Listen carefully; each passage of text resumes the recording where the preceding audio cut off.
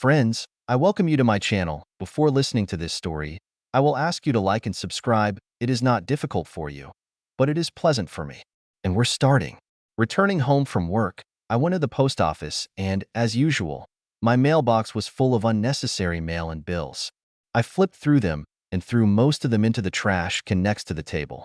There was an envelope between the visa application and the bill from Kanoko, addressed in a flowing handwriting that I knew all too well. I've been receiving one letter a month for over a year. She guessed that the mail was being forwarded to me from the old address, so she wrote and sent letters there to be forwarded to me. I met Pat at a wedding reception. The guy I worked with got married, and the whole office was invited to the wedding. After the wedding, everyone went to the reception. I had been there for about an hour when this tall blonde came in. She attracted everyone's attention and definitely attracted mine. But she wasn't alone, so I put her out of my mind. Well, not exactly thrown away. The hall was small, so she was in sight almost all the time. Maybe another hour passed, and I noticed that she seemed to be getting more and more upset about her companion. Right after the bride and groom cut the cake, I got up to go to the bathroom. On the way, I had to pass by a table where a blonde was sitting. As soon as I got to the table, I heard her say, "Bastard." No matter how softly she said it, it sounded like it was addressed to me, so I turned to her. "I beg your pardon?"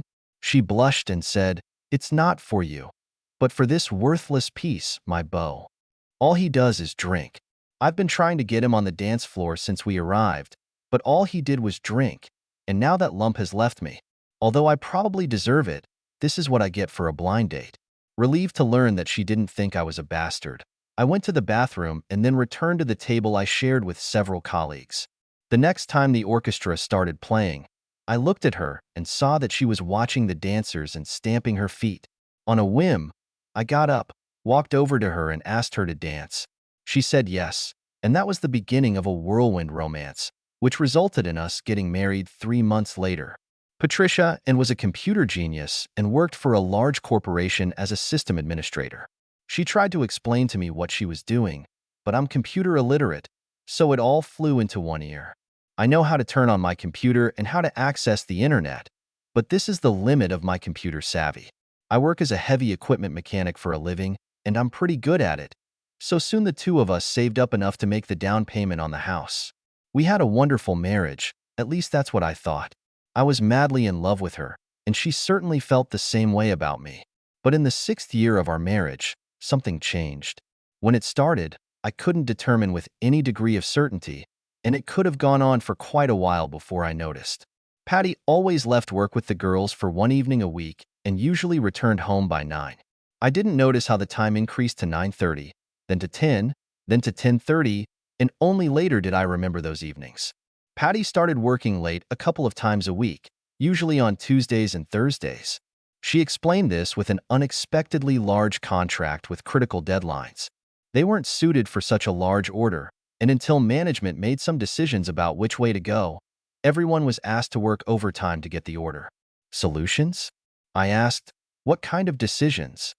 They want to make sure that the contract is long-term before investing in more equipment and hiring more people. And how long will it last? Maybe a couple of months. I don't know for sure. A couple of months stretched to 8 before I started complaining about it, to which she always calmly replied, "It shouldn't be that long, baby. I know you don't like it, and neither do I. I don't like carrying crates around the platform, but I promised to help." And then one Wednesday evening she called me and said she would have to work late, and was supposed to work tonight, but she had an accident and is now in the hospital, so I'll have to replace her. The next morning at breakfast, I asked, "What about Anne?" Patty looked at me in confusion and then said, "And, oh, yes, and not very. They keep her on the stretch. Both legs and one hip are broken, and she's going to leave work for a while. The poor thing is having a hell of a time.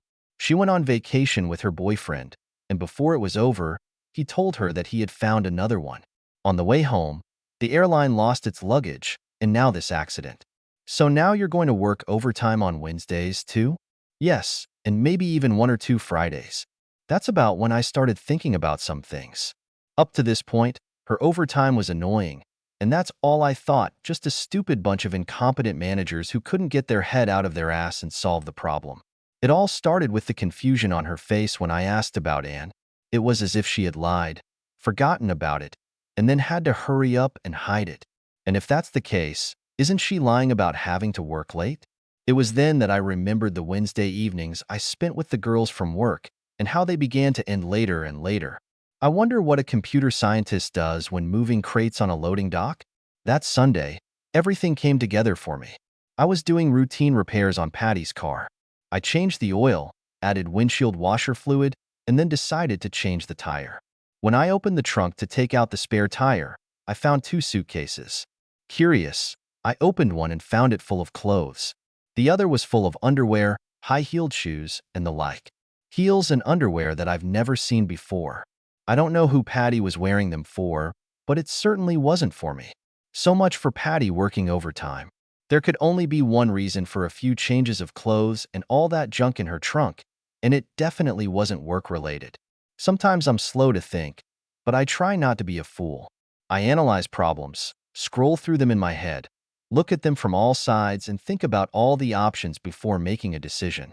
I finished screwing on the tire, closed the trunk, and went home, determined to find out more before I did anything. Since it was the holiday season and things were pretty tense, I postponed tracking Pat until the end of the year. However, I didn't have to wait long. Patty's Christmas party was scheduled for Wednesday, and she was looking forward to it. At the last minute, I got a job that prevented me from going with her. She was upset. No, she wasn't. She was furious, and she really snapped at me, and I was no better, yelling at her in response. Now you know how I feel when you work overtime. I said I'd try to finish in time to at least show up, but that didn't seem to calm her down at all. On the day of the party, I worked hard to try to make it. The party started at 7, and after kicking ass, I was able to finish work, get home, take a shower, change clothes, and arrive at 9. I walked in and saw Patty hugging and French kissing some guy, while people were stamping their feet, banging their fists on tables and shouting, "Take a room, you too," and "Take your novel to the motel." I turned around and left, and no one even noticed that I was there. On the way home, I tried to figure out the reasons that could make her go in search of a man, but I still didn't understand anything. For God's sake, I treated her like a queen. I did my best for her. I helped around the house. I cooked at least 3 times a week and cleaned up after myself.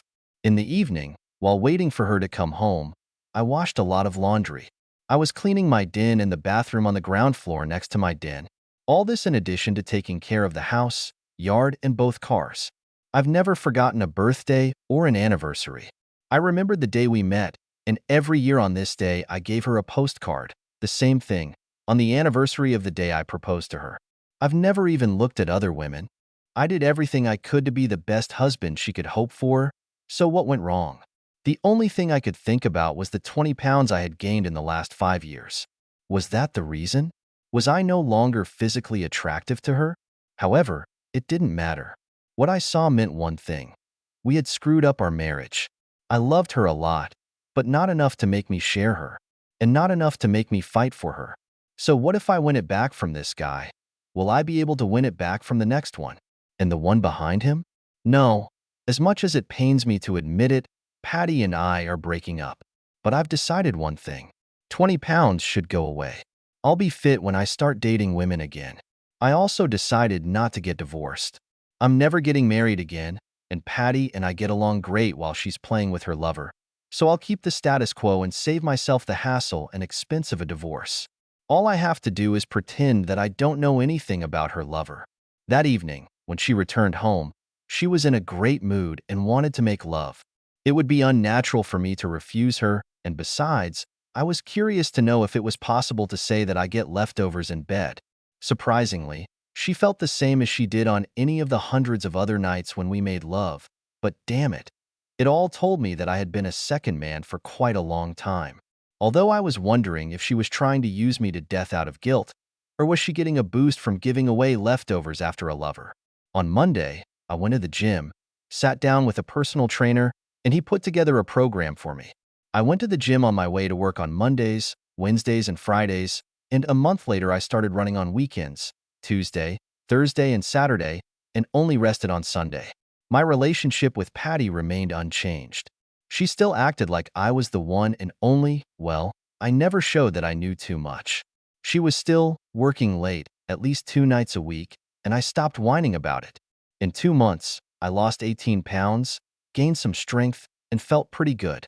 Marla and Sally, two girls who worked with me in the office, both commented on the change, and Sally asked me what caused it. I told her that I was trying to get in shape to be more attractive to women. And what does Patty have to say about that? We have an understanding. Oh, an open marriage? Yes. Well, stud. I'm ready if you're ready. It took me by surprise. I always flirted with Sally and Marla, and they flirted back. I never expected it to be anything other than flirting, but judging by Sally's voice, she was serious. What the hell? I said to myself. Go ahead, Jerry. Knowing that Patty would be working on Thursday, I told Sally, are you busy on Thursday? Now, probably, yes. What do you mean? Choose for yourself. Okay, I'll figure something out when you pick me up. The dress is casual. I'll be there at 6:30. Okay? Marla, who was standing and listening, suddenly jumped up with the words, I have seniority here, and Sally laughed. You overslept. You lost the championship. Now wait your turn.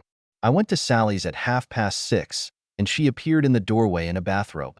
Am I too early? No. I'm already dressed for our date. And she opened her robe. She was naked except for stockings, high heels, and a garter belt.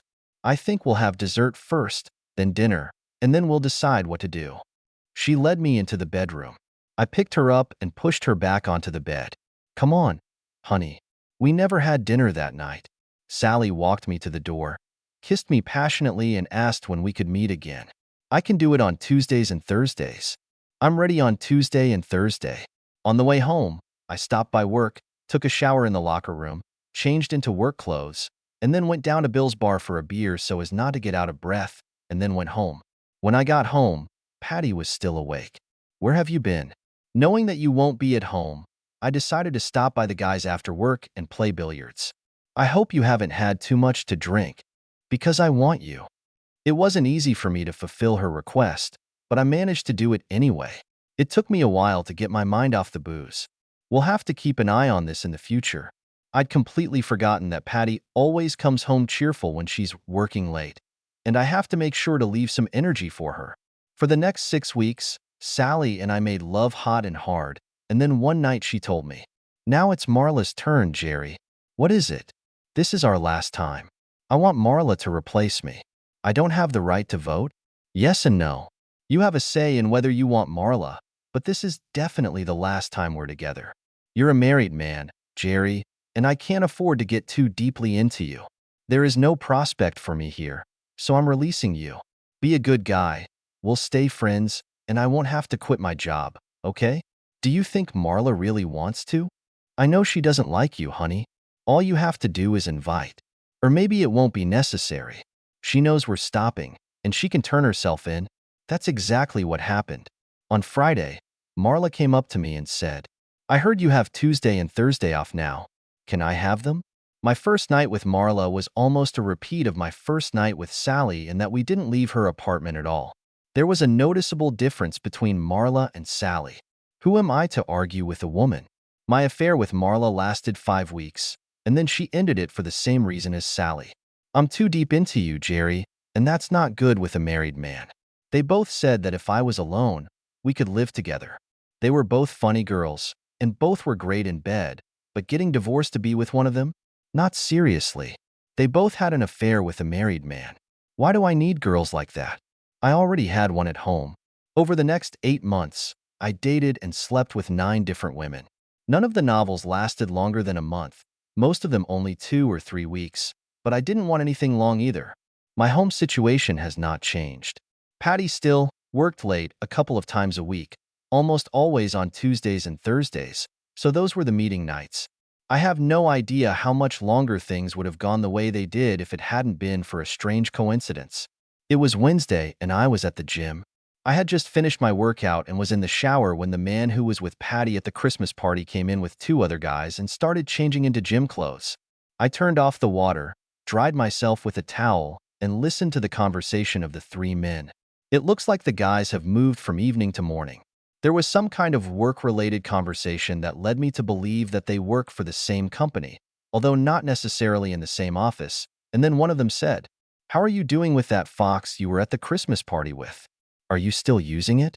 I keep telling you that I'm not even trying to get into her pants. We're just good friends. Yes, of course. I'd like to make friends with her too. Damn, I'd love to be friends with her. Forget about it. She's so attached to her husband that you'd think he was golden. Come on, Mike. I saw you hugging and kissing. Like brother and sister, good friends, hugging and kissing. To be honest, she's so fixated on her husband that no other man has a chance. Bullshit, Mike. I saw you both at the Christmas party, and that kiss you exchanged wasn't a brotherly kiss. True, but that doesn't mean anything. Her husband promised her that he would come, but he never showed up. She was furious and had been drinking in addition. When she finally accepted that her husband wouldn't show up, she grabbed me and said, "Damn it, it's a holiday party, and someone was going to kiss me under the mistletoe, and if it's not going to be Jerry, it's going to be you." It was the only time. I find it hard to believe. Do you want to know how obsessed she is with her husband? You know, all those shipments and overtime that everyone's trying to avoid? She works every minute to buy him a base boat for his birthday. Most of what we do with her is she asks me about engine sizes, fish finders, and everything else she plans to equip the boat with. I just hope the guy understands what a gem he found in her. Let's hurry up. I only have a playground until 7. When they left, I sat down on a wooden bench in front of the lockers and stared at the wall. Oh my God, what have I done? I completely misinterpreted what was happening, and then I let myself get worked up and lose my temper. I was doing what I mistakenly thought Patty was doing. I was cheating. I acted behind the back of a woman who loved me, and I cheated, and more than once, and with many women. The only saving factor was that I didn't reproach Patty, "You're cheating, so I'll double cheat." Patty didn't know that I was cheating, and that obviously I wasn't going to do it anymore. I will do everything in my power to make amends to her, even though she will never know about it. But it didn't work out. I just wasn't the kind of guy who could cheat and then go through life pretending everything was okay. I could act like this as long as I thought we were both cheating, but as soon as I found out that she was faithful to me, it hit me hard. I couldn't bring myself to look into her eyes. I couldn't even bring myself to make love to her, because a cheater's touch on her would defile her. I really ruined my marriage and ruined my life. It was very stupid. All I had to do at the time was just walk up and say, "This is what's going on, and this is why I think so," and we could discuss everything. After overhearing the conversation in the locker room, I had no doubt that there was a reasonable explanation for the suitcases in her trunk, but I never gave her a chance to explain herself. I was totally fucked. I couldn't look at her face.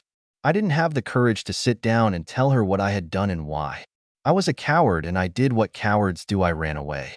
I went to my boss, told him that I had caught my wife cheating and was going to move on. I like the company and I like the job I do. And if you have a vacancy somewhere else, I would like to move there. If not, then I'll probably have to apply. He picked up the phone, called, and I was on my way to Colorado. I told him that my wife would probably be looking for me to cause trouble, and I asked him to tell her that I left without warning and that he had no idea where I had gone. The next day, while Patty was at work, I loaded all my stuff into the pickup truck. At the last minute, I wrote a simple note, "I'm sorry," and put it on the kitchen table. It was disgusting for her, of course, but she'll get over it in time. She deserved better than me. She will be able to get a divorce as abandoned and move on. It happened 14 months ago, and in those 14 months, not a day went by that I didn't think about Patty and what we had and I ruined so stupidly. Fortunately, I had a lot of work. Work occupied my thoughts and hands for 10 to 12 hours a day, but the nights were killing me, and waking up alone in the morning was murderous. When I first came to a new job, I decided to go to a bar after work and drown my sorrows, but it passed quickly. Going to work every morning with a hangover wasn't very good, and beer ruined everything the gym and running had done for me. So I got in the van, found a local gym, and started getting in shape. After staying there for 6 months, I noticed several women who seemed to be interested in me, but I didn't take the initiative. My head was still full of thoughts about Patty, and I didn't know if the day would ever come when I would be able to think about another woman. I opened the statement from Kanoko and saw that I had overpaid and received a loan, so I tore it up and threw it in the trash. I didn't open the visa application. I knew damn well that I didn't have a loan for this account, and I wouldn't make the payment until the next paycheck, so I put it in my pocket. I picked up the letter from Patty and stared at it. I held it up to my nose and imagined that I could smell her, and then I threw it in the trash. Is that all? A voice came from behind me. You don't even open the letters, but just throw them away? I turned around and saw Patty. Hi, Jerry, it's been a while. I just stared at her. I couldn't even run away because she was between me and the door. Who bit your tongue? However, there is nothing to be surprised about. You've always been a man of few words. I got 2 words when you left, and I don't even know what you're sorry about. I've been thinking about it all last year.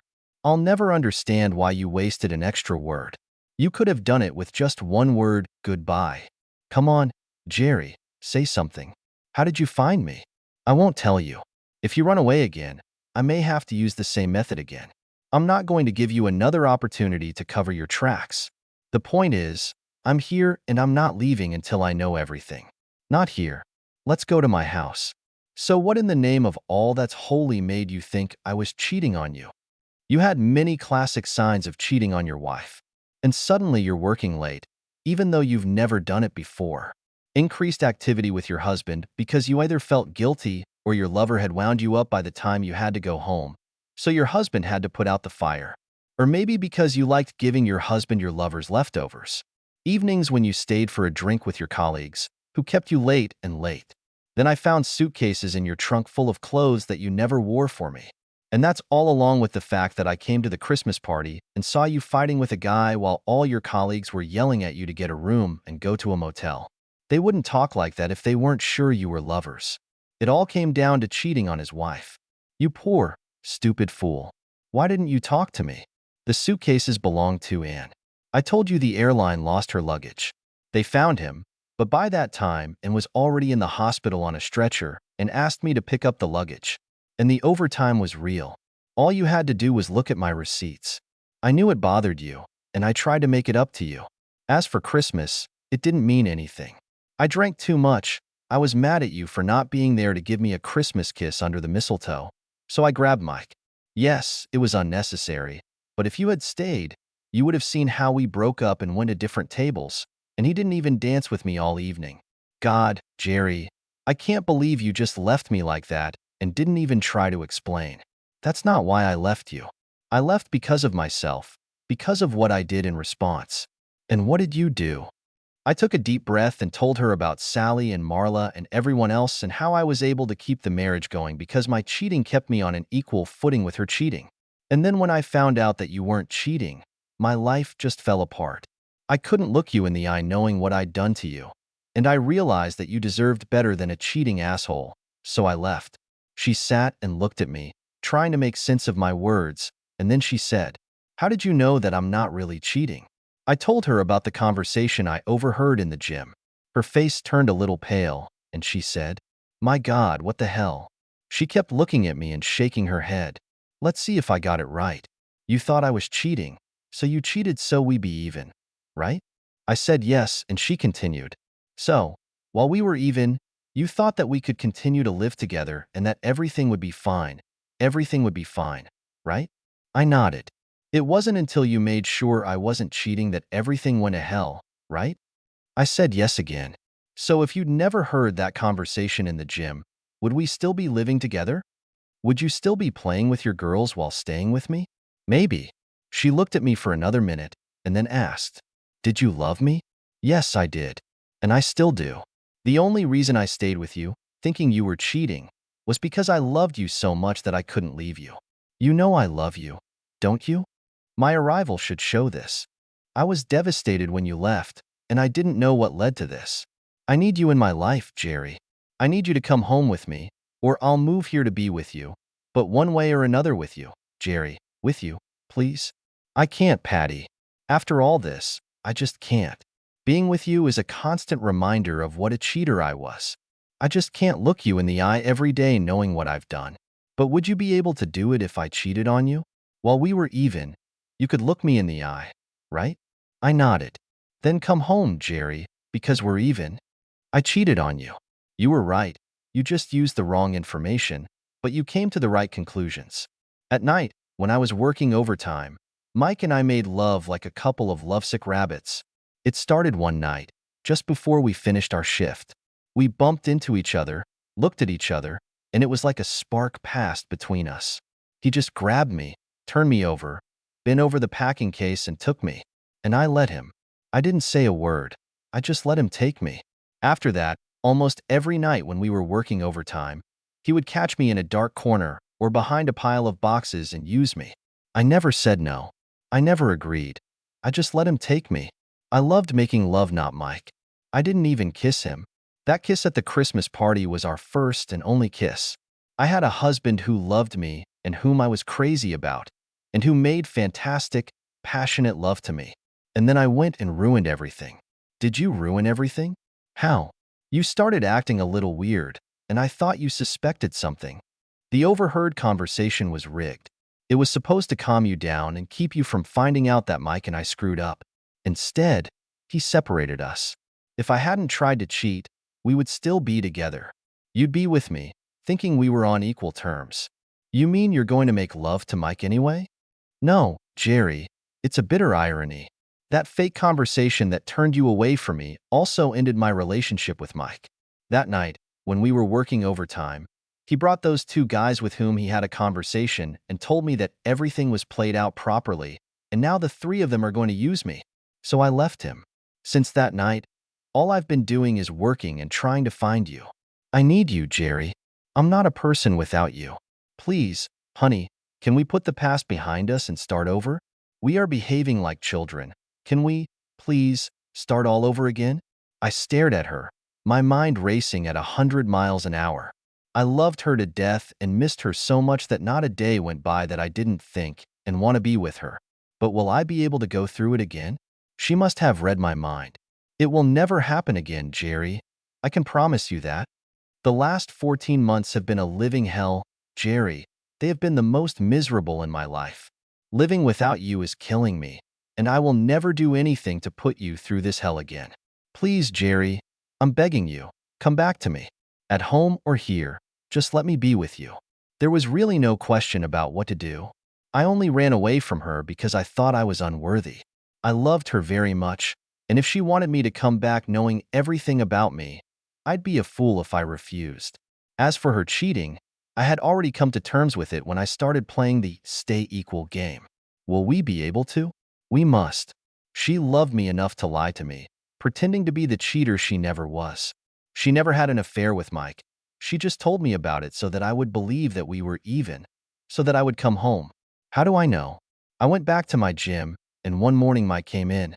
I don't know why, but I looked at him for a long time, and after a while he came up to me and asked, "Do I know you?" "No, but you knew my wife well enough to have an affair with her." "Hey, what are you sculpting, man? I haven't had any affairs with married women. Have you forgotten about the affair with Patty Bradley?" "Damn it, it didn't happen. Why do you think I was having an affair with Patty?" "She confessed herself. I've told you everything." He shook his head. "I would love to, but this Christmas kiss is all that ever happened. It's not that I haven't tried. The conversation you overheard is true. I do not know why she wants you to think that I was her lover. All I can say is that this is what I wanted, and I tried damn hard to make it happen, but she never even gave me a chance. Damn, I was stunned when I got that Christmas kiss. Will I ever tell Patty about my conversation with Mike? No. I'm not going to do anything that could overturn the apple cart. She actually bought me this base boat, and at some perverse moment I named the boat and wrote the name in big gold letters on both sides. Every time Patty and I board Mike's fun, it reminds each of us how fragile relationships can be and how hard it takes to keep them together.